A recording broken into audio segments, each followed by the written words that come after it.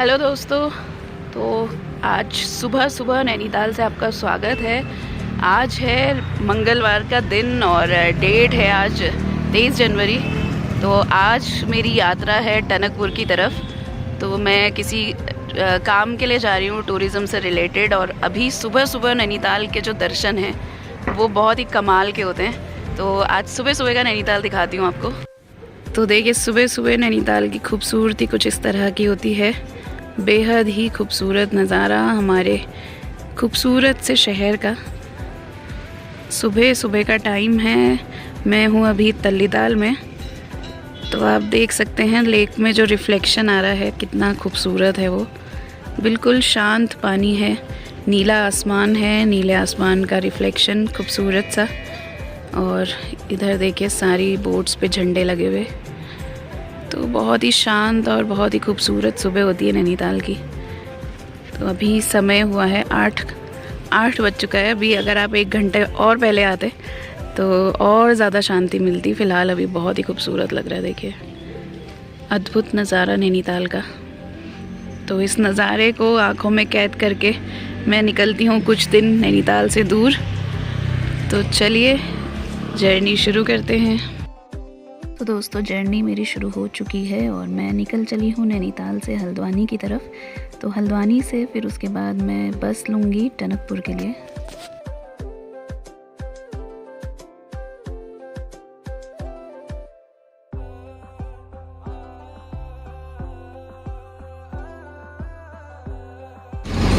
तो दोस्तों, मैं जा रही हूँ टनकपुर को और बस ले लिया मैंने। अभी देखते हैं कब पहुँचते हैं।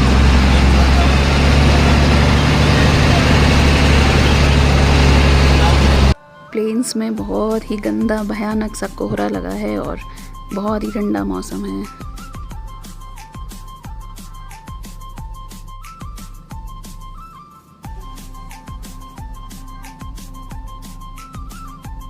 तो पहुंच चुकी हूँ मैं टनकपुर बस अड्डे पे। फिलहाल टनकपुर में मौसम अच्छा हो रहा है, धूप आ रही है। बाकी रास्ते पर बहुत ज़्यादा धुंध लगी हुई थी, कोहरा था। अभी बढ़िया मौसम है यहाँ पे। तो चलिए, जहाँ मुझे जाना है पहले मैं वहाँ पहुँचती हूँ। तो दोस्तों, ये है टनकपुर से थोड़ा सा आगे पूर्णागिरी माता का जो मंदिर है, उस रोड पर। इस इलाके को बोलते हैं बूम। ये जो पूरा एरिया है ये है नंधौर वाइल्ड लाइफ सेंचुरी का एरिया। तो वाइल्ड लाइफ सेंचुरी से बिल्कुल कनेक्टेड ये जगह है, बहुत ही खूबसूरत सी।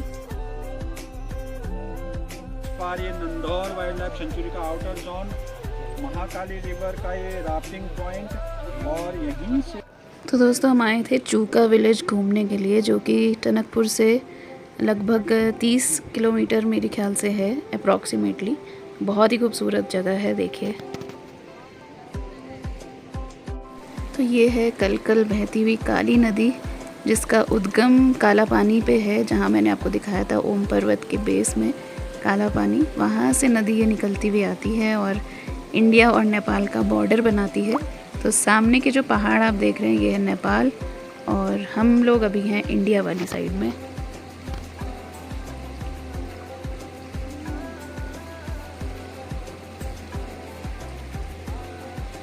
हेलो फ्रेंड्स, तो मुझे आज टनकपुर आए 4 दिन हो चुके हैं। तो एक ट्रेनिंग चल रही है जिसके लिए मैं यहाँ पे आई हूँ और आज थोड़ा सा यहाँ पे विज़िट है। तो मैं रुकी हूँ बूम, एक जगह है टनकपुर के पास। शायद बहुत सारे लोगों को पता भी नहीं होगा। तो टनकपुर जो है वो है इंडो नेपाल बॉर्डर पे। बिल्कुल यहाँ से नदी पार अगर देखेंगे तो नेपाल है और नदी पार या इस साइड पे इंडिया है, उस साइड पे नेपाल है। वो भी अभी दिखाऊंगी मैं। फ़िलहाल अभी जहाँ पर मैं हूँ ये है टनकपुर की जगह बूम जिसे बोलते हैं। यहाँ पे एक मंदिर भी है बूम, और बूम की क्या कहानी है वो भी बताऊंगी। तो साथ में बने रहिए, काफ़ी इंटरेस्टिंग लगेगा आपको। बिल्कुल नई जगह की जानकारी देने वाली हूँ, तो साथ में बने रहिए। तो यहाँ पर है श्री आद्या शक्तिपीठ बूम मंदिर टनकपुर। तो माता जी का आश्रम है और यहाँ सामने है वो मंदिर। इधर वीडियोग्राफी मना है, लेकिन इसके बारे में जानकारी जो भी होगी वो भी थोड़ी देर में बताती हूँ। तो दोस्तों, मंदिर विज़िट के बाद हम आए हैं वन विश्राम गृह। यहाँ पे जो पूरा एरिया है नंदौर वाइल्ड लाइफ सेंचुरी का एरिया है।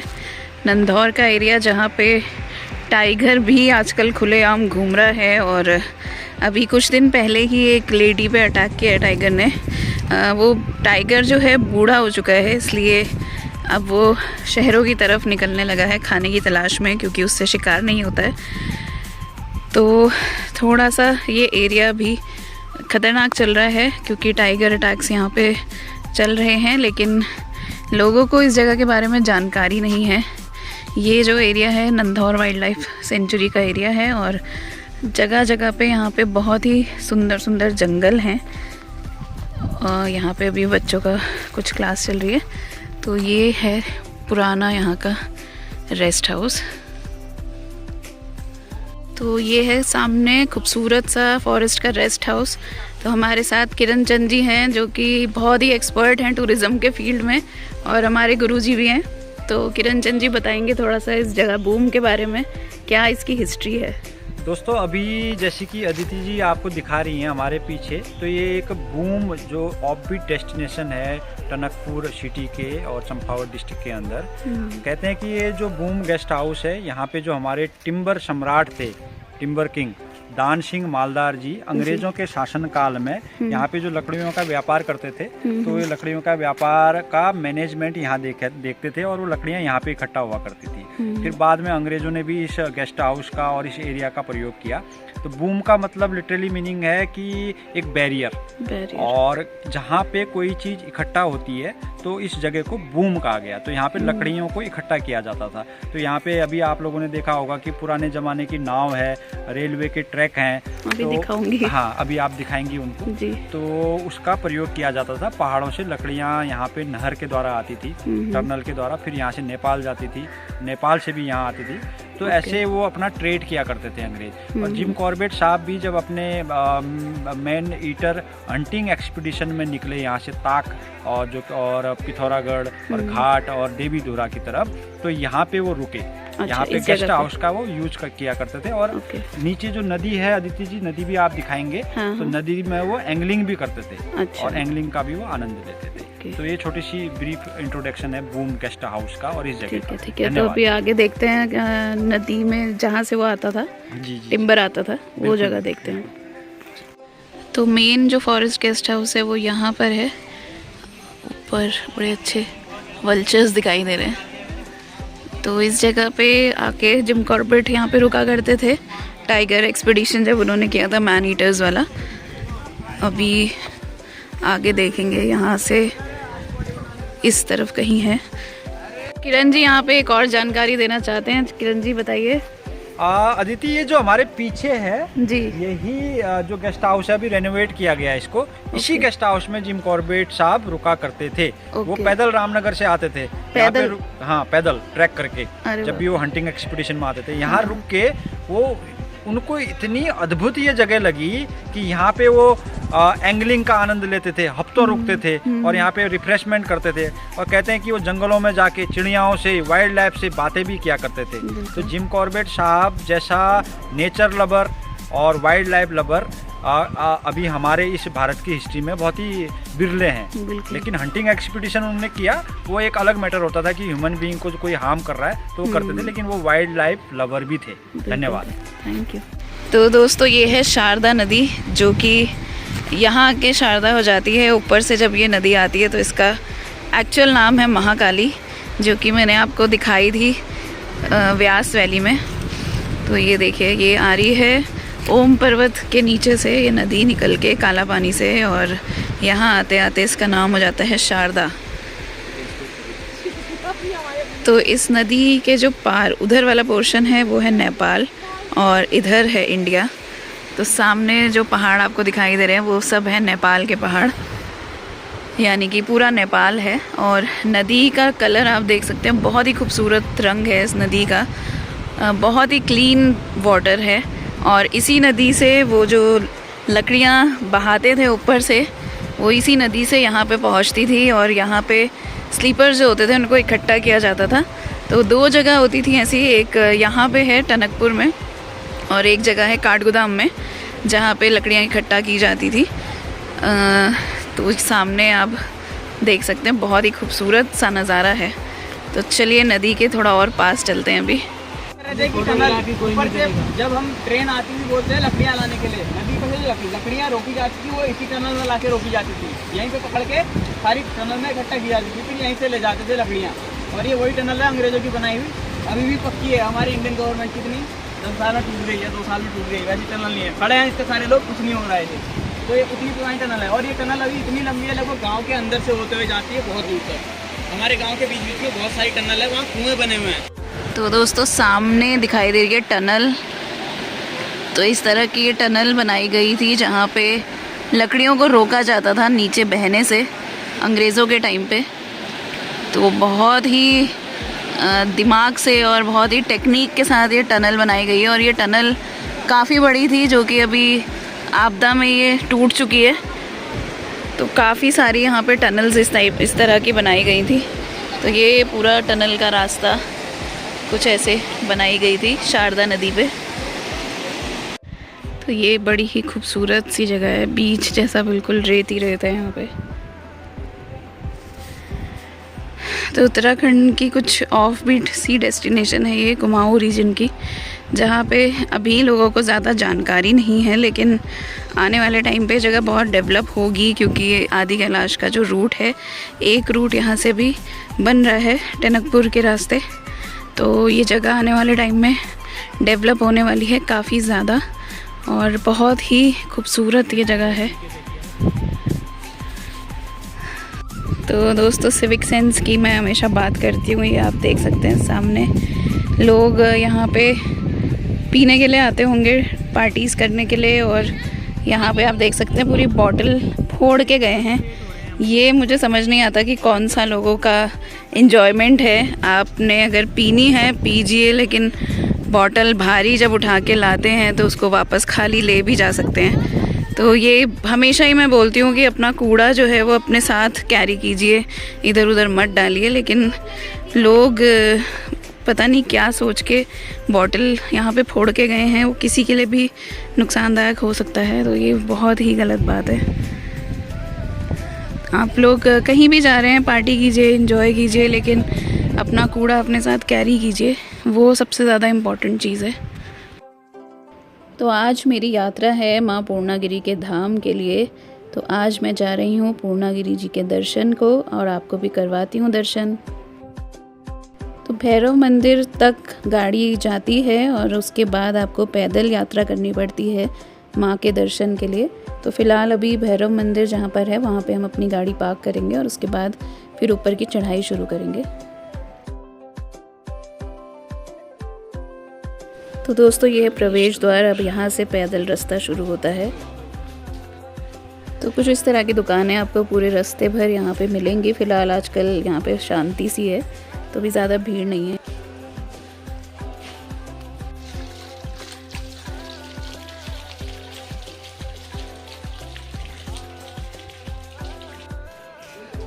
तो दोस्तों यहाँ से 2 रास्ते कटते हैं, एक इस तरफ से है रास्ता और एक है इस तरफ से। तो आप दोनों में से कहीं से भी जा सकते हैं। तो एज़ यूजुअल हर जगह पर लोगों के द्वारा की गई गंदगी।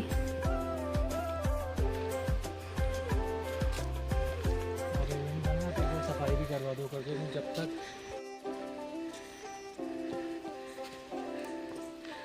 विष्णु जी। तो दोस्तों ये है झूठे का मंदिर। इसमें भी एक बड़ी मज़ेदार सी कहानी है कि सोने के पानी को चढ़ा के मंदिर यहाँ पे दान किया गया था। सोने का मंदिर चढ़ाऊंगा बोल के सोने का पानी वाला मंदिर चढ़ा दिया था, तो इसका नाम झूठे का मंदिर है। जगह पर 3 महीने, लगभग 3 या 4 महीने मेला लगता है होली के अगले दिन से, और यहाँ पे लाखों लोग दर्शन करने के लिए आते हैं। और इस तरह की यहाँ पे रुकने की व्यवस्था है हर जगह पर।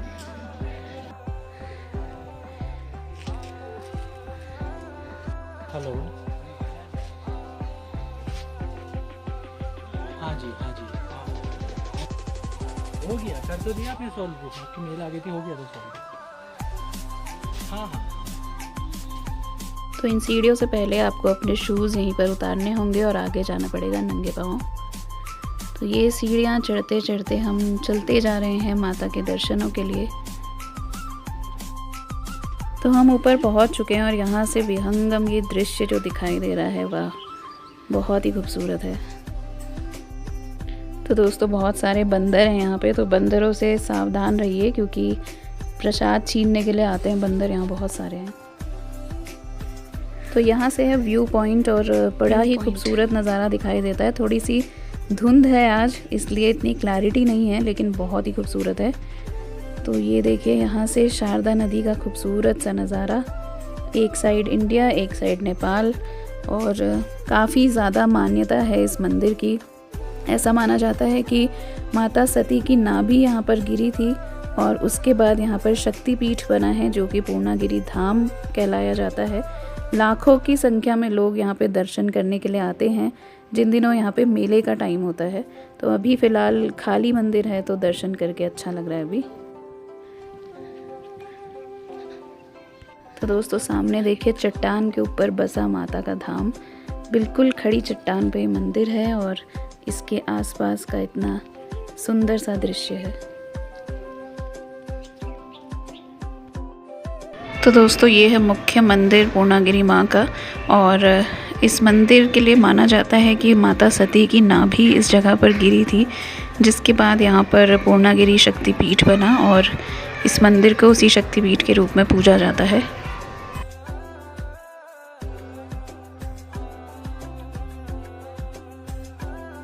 तो ये है वो जगह जहाँ पे इतने दिन तक मैं रुकी थी, और अभी चलते हैं नदी के पास और वहाँ पे थोड़ी सी बात करते हैं टनकपुर के टूरिज़्म के बारे में। तो ये है शारदा नदी का नज़ारा जो कि काली नदी है बेसिकली। तो यहाँ पे आगे इसका नाम चेंज हो जाता है शारदा, तो वो क्यों होता है उसके बारे में भी जानकारी लेते हैं। तो इनसे पहले भी भेंट हो चुकी है सबकी। तो ये हैं किरण चंद जी, तो थोड़ा सा अपने बारे में भी बताएंगे और यहाँ के बारे में भी बताएंगे। हर हर महादेव। जैसा कि अदिति जी बता रही हैं शारदा के बारे में, तो मेरे पीछे आप देख रहे हैं, मेरा नाम किरण है। अब मैं बताऊंगा इस जगह के बारे में। आप हमारे पीछे देख रहे हैं कल कल करती हुई ये नदी जो हिमालय से निकलती हुई और गंगा सागर की ओर बढ़ रही है, इस नदी को कहते हैं शारदा नदी। इसका उद्गम स्थल है काला पानी निकट ओम पर्वत, और यहाँ पे इसे शारदा कहते हैं। जब ये ऊपर पहाड़ों को जाते हैं तो इसको काली नदी या महाकाली नदी के नाम से जाना जाता है जी। इसके पीछे एक बड़ा ही रोचक एक किस्सा हमारे लोकल मैथोलॉजी में है। कहते हैं कि माता पूर्णागिरि जब बिना बताए अपनी छोटी बहन कालिका को आदि कैलाश से ओम पर्वत से नीचे विचरण करने लगी अपनी साधना के लिए, तो जब प्रातःकाल माता कालिका उठी, उन्हें लगा कि मेरी दीदी मुझे छोड़ के चले गई, तो वो रुद्र रूप में बह के आई अपनी दीदी को ढूंढने। जैसे ही माता पूर्णागिरि के दर्शन किए अपने उन्होंने माता काली ने, तो वो शांत स्वरूप में आ गई। तो वहीं से उनको शारदा नदी कहा जाता है। और उस तरफ देखिए अदिति, उधर दिखाइए, वो नेपाल का कंचनपुर का एरिया है। नदी के पार नेपाल है और नदी के इस पार इंडिया। तो काली नदी जहाँ जहाँ भी बहती है वो इंडो नेपाल की बाउंड्री बनाती है, और जहाँ से फिर ये शारदा हो जाती है तो फिर आगे को ये यूपी इंडिया में ही रहती है। बट जहाँ तक भी इसका नाम काली है तो वो इंडिया नेपाल की बाउंड्री बनाती है। हाँ। तो उस पार इस नदी के कंचनपुर वाइल्ड लाइफ सेंचुरी है। आप जहाँ पे अभी खड़े हैं ये नंधौर टाइगर रिजर्व। हाँ, तो मैं यही जानना चाह रही थी कि टनकपुर जो है, क्योंकि बहुत सारी चीज़ें हैं यहाँ एक्सप्लोर करने के लिए, लेकिन उतना प्रचार नहीं है इस जगह का। तो कुछ छोटी छोटी एक्टिविटीज़ जो यहाँ पे कर सकते हैं आके लोग, उसके बारे में भी बता दीजिए। बिल्कुल बिल्कुल अदिति जी।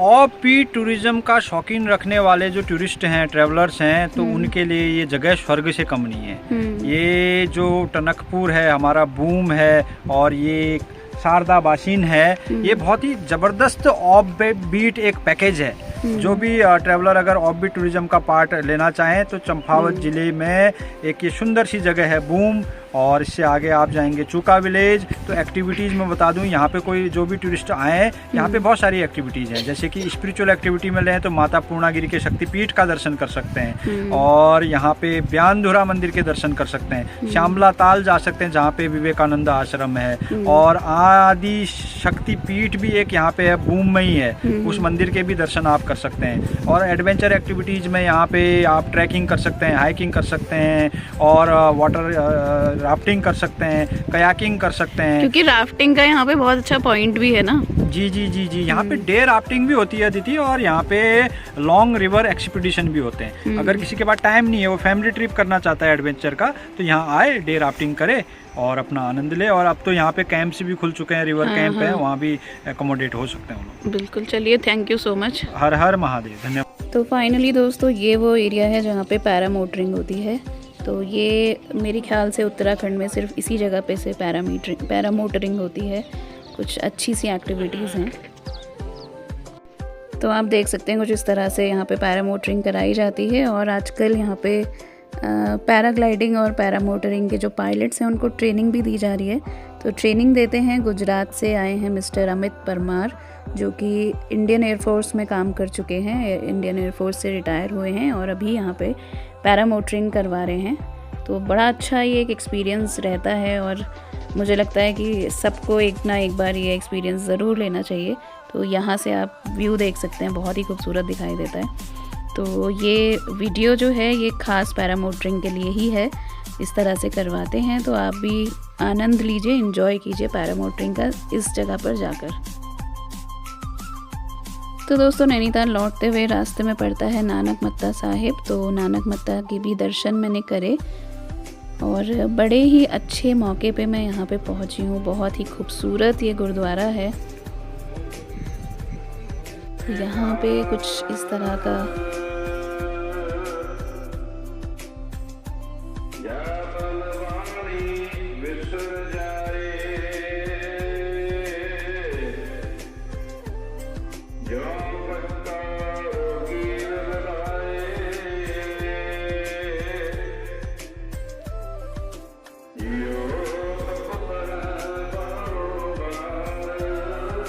तो फाइनली दोस्तों, इसी के साथ मेरी टनकपुर की यात्रा भी समाप्त होती है और अब वापस घर जाने का समय है। तो मिलते हैं आपसे अब नैनीताल के वीडियोस के साथ। तो साथ में बने रहिए और नैनीताल के व्यूज़ को एंजॉय कीजिए। Bye bye.